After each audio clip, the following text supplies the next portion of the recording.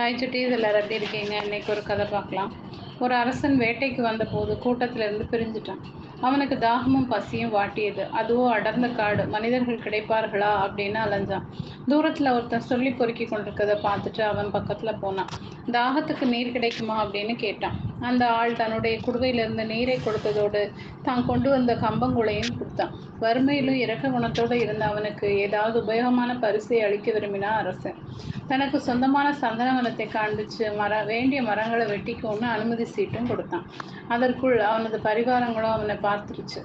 அரசன் அவர்களோடு சென்றார். 6 மாதம் கழித்து மீண்டும் வேட்டையாட வந்தான்.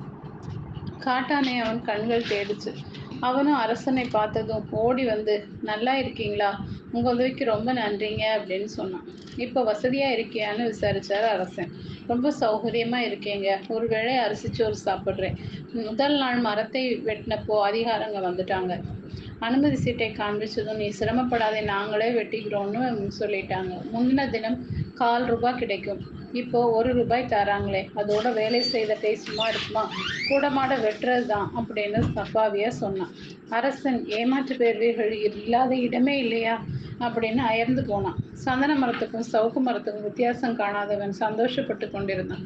இதனால உலக அறிவும் அதிர்ஷ்டத்தை புரிந்து கொள்ள பயன்படுத்துவதும் முன்னேற்றத்துக்கு முக்கியத்துவம் அப்படிங்கிறது புரியுதா? ஓகே சுட்டீஸ், இல்லை கதை பிடிச்சிருந்தா லைக் பண்ணுங்கள், சப்ஸ்கிரைப் பண்ணுங்கள், ஃப்ரெண்ட்ஸ் அண்ட் ஃபேமிலிக்கு ஷேர் பண்ணுங்கள். கூடவே இந்த பெல் ஐக்கானையும் கிளிக் பண்ண மறக்காதீங்க. பாய்.